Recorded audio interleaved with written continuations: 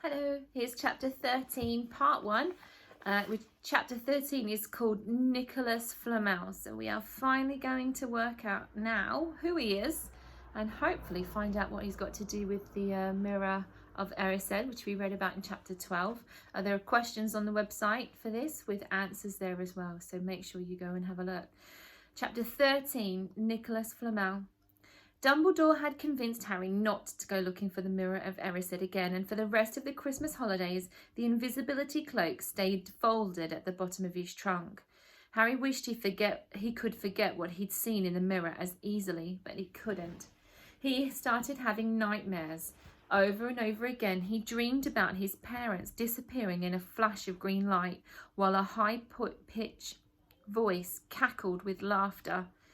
"You see, Dumbledore was right. That mirror could drive you mad," said Ron when Harry told him about these dreams.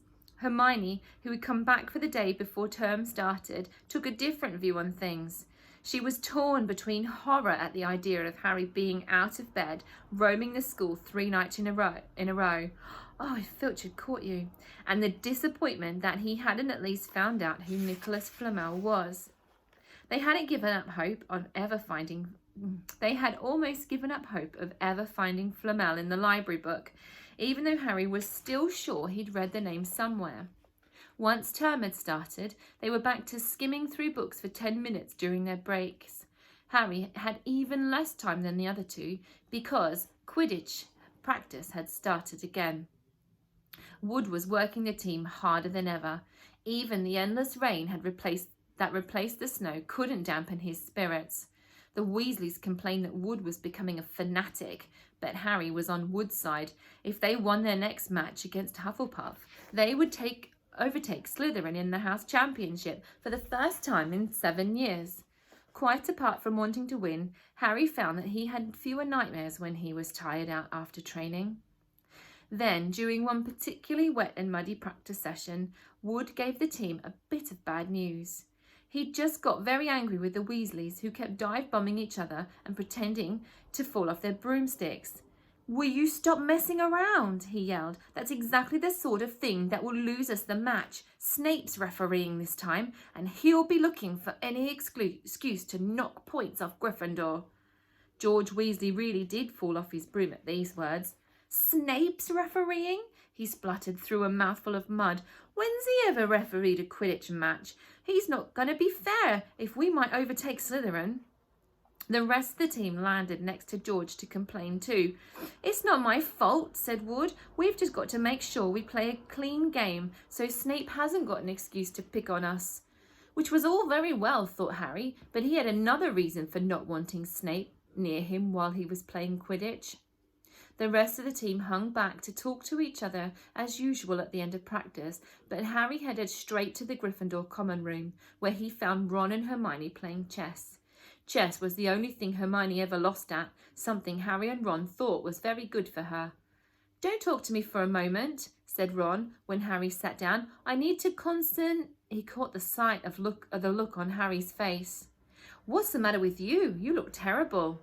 Speaking quietly so that no one else could hear, Harry told the other two about Snape's sudden, sinister desire to become a Quidditch referee.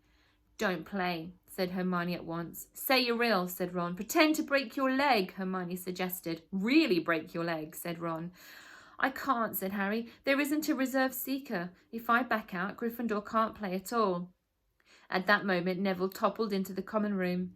How he had managed to climb through the portrait hole was anyone's guess, because his legs had been stuck together with what they recognised at once as the leg locker curse. He must have had to bunny hop all the way up to the Gryffindor tower. Everyone fell about laughing except Hermione, who leapt up and performed the counter curse.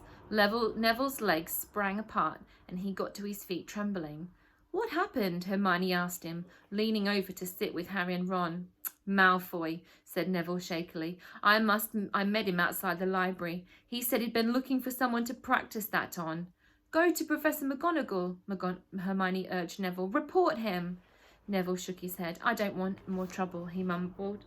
You've got to stand up to him, Neville, said Ron. He's used to walking all over people. That's no reason to lie down in front and make it easier.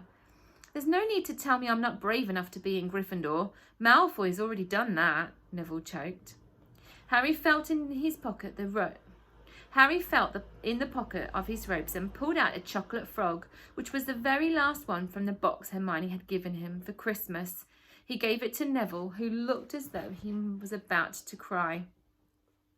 You're worth 12 of Malfoy, Harry said. The Sorting Hat chose you for Gryffindor, didn't it? And where's Malfoy in stinking Slytherin? Neville's lips twitched in a weak smile as he unwrapped the frog. Thanks, Harry. I think I'll go to bed. Do you want the card? You collect them, don't you? As Neville walked away, Harry looked at the famous wizard card. Dumbledore said again, he said. He was the first one I ever... He gasped. He stared at the back of the card. Then he looked up at Ron and Hermione. I found him, he whispered. I found Flamel. I told you I'd read the name somewhere before. I read it on the train coming here. Listen to this. Professor Dumbledore is particularly famous for his defeat of the Dark Wizard Grindelwald in 1945 for the discovery of the 12 uses of dragon's blood and his work on alchemy with his partner Nicholas Flamel. Alchemy is like chemistry. Hermione jumped to her feet. She hadn't looked so excited since they'd got back the marks for their very first piece of homework. Stay there, she said, and she sprinted up the stairs to the girls' dormitories. Harry and Ron barely had time to exchange mystified looks before she was dashing back, an enormous book in her arms. I never thought to look in here, she whispered. I got this out of the library weeks ago for a bit of light reading. Light? Said Ron, but Hermione told him to be quiet until she'd looked something up and started flicking frantically through the pages, muttering to herself. At last she found what she was looking for. I knew it! I knew it! Are we allowed to speak yet? Said Ron grumpily, and Hermione ignored him. Nicholas Flamel, she whispered dramatically, is the only known maker of the Philosopher's Stone. That didn't have quite the effect she'd expected. The what? Said Harry and Ron. Oh, honestly, don't you two read? Look, here, read that. She pushed the book towards them, and Harry and Ron read. The ancient study of alchemy is concerned with the making of the Philosopher's Stone, a legendary substance with astonishing powers. The stone will transform any metal into pure gold. It also produces the elixir of life, which will make the drinker immortal. There have been many reports of the Philosopher's Stone over the centuries, but the only stone currently in existence belongs to Mr. Nicholas Flamel, the noted alchemist and opera lover. Mr. Flamel, who celebrated his 665th birthday last year, enjoys a quiet life in Devon with his wife, Purnell, 658. See, said Hermione, when Harry and Ron had finished, the dog must be guarding Flamel's Philosopher's Stone. I bet he asked Dumbledore to keep it safe for him because they're friends and he knew someone was after it. That's why he wanted the stone moved out of Gringotts. A stone that makes gold and stops you ever dying, said Harry. No wonder Snape's after it. Anyone would want it. And no wonder we couldn't find Flamel in that study of recent developments in wizardry, said Ron. He's not exactly recent if he's 665, is he? The next morning, in Defence Against the Dark Arts, while copying down different ways of treating werewolf bites, Harry and Ron were still discussing what they would do with the Philosopher's Stone if they had one. It wasn't until Ron said he'd buy his own Quidditch team that Harry remembered about Snape and the coming match. I'm going to play, he told Ron and Hermione. If I don't, all the Slytherins will think I'm too scared to face Snape. I'll show them. I'll really wipe the smiles off their faces if we win. Just as long as we're not wiping you off the pitch, said Hermione. As the match drew nearer, however, Harry became more and more nervous, whatever he told Ron and Hermione. The rest of the team weren't too calm either. The idea of overtaking Slytherin in the House Championship was wonderful, and no one had done it for 7 years. But would they be allowed to with such a biased referee? Harry didn't know whether he was imagining or not, but he seemed to keep running into Snape wherever he went.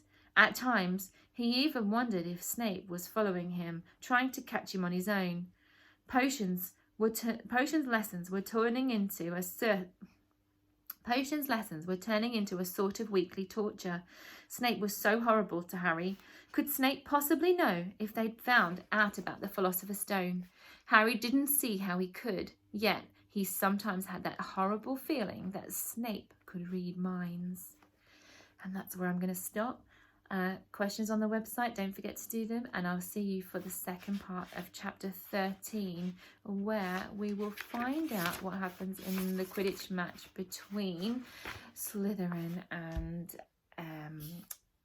Gryffindor. Bye.